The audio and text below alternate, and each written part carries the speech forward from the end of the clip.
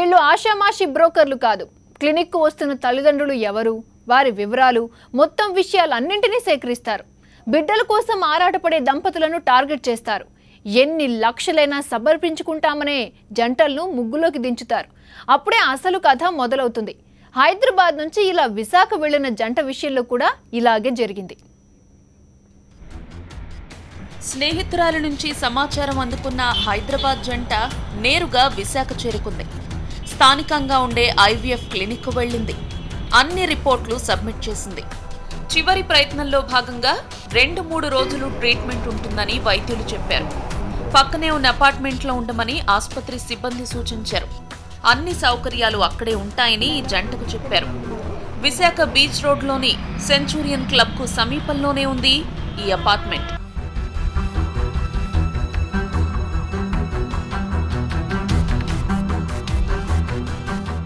ఆసుపత్రి నుంచి నేరుగా అపార్ట్మెంట్ కు చేరుకుంది ఈ హైదరాబాద్ జంట.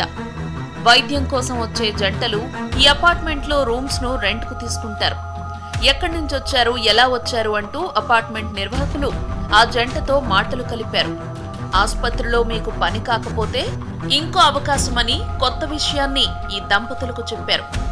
సరేనంటూ వారి దగ్గర నుంచి సమాచారాన్ని తీసుకుంది ఆ జంట. 3 రోజుల పాటు ఆసుపత్రికి, అపార్ట్మెంట్ కు తిరిగారు. ఇక పిల్లలు పుట్టే అవకాశం లేదని ఆసుపత్రి వైద్యులు స్పష్టం చేయడంతో తీవ్ర నిరాశలో మునిగిపోయారు ఆ దంపతులిద్దరు. బాధతో మళ్లీ అపార్ట్మెంట్ కు వచ్చారు. అక్కడే మరో కొత్త భాగోతం చోటు చేసుకుంది. దిమ్మ తిరిగే నిజాలు, దిగ్భ్రాంతి చెందే విషయాలు మెల్లమెల్లగా బయటకొచ్చాయి. విశాఖ తీరాన జరుగుతున్న ఘరానా వ్యాపారం అది. కొకొల్లలుగా చట్టాలు, నియంత్రణ సంస్థలు ఉన్నా ఏవి కూడా వారిని ఆపలేకపోతున్నాయి.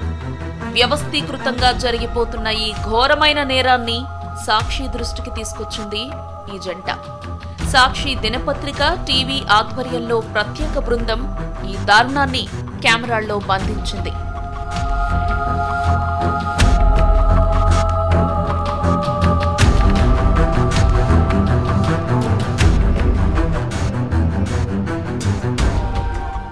నేరుగా అదే అపార్ట్మెంట్ కు చేరుకుంది.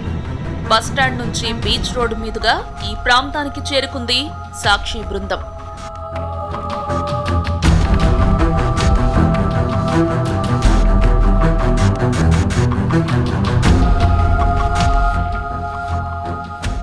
చుట్టూ ఐవీఎఫ్ క్లినిక్లే ఉన్నాయి. వీటికి ఆనుకునే అపార్ట్మెంట్లు. అపార్ట్మెంట్లో మొత్తం 5 అంతస్తులు. మొదటి 2 అంతస్తుల్లో 2 ఫ్లాట్లు.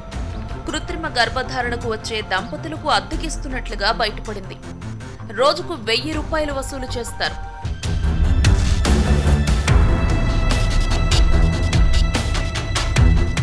పేషెంట్ల రూపంలో సాక్షి బృందం అపార్ట్మెంట్లోకి ప్రవేశించింది.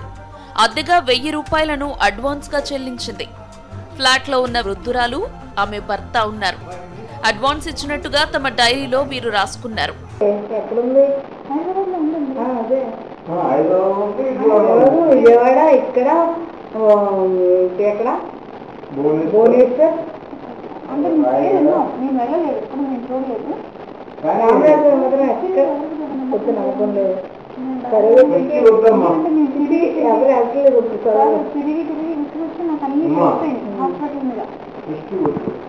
ఎవరు సృష్టికి వెళ్తలేదని బాబు, సర్వస్ గురించి మాట్లాడుతున్నాను.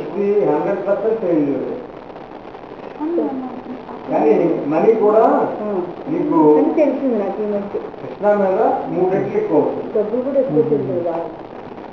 ఎన్ని బ్యాంకులో పెట్టేస్తుంది.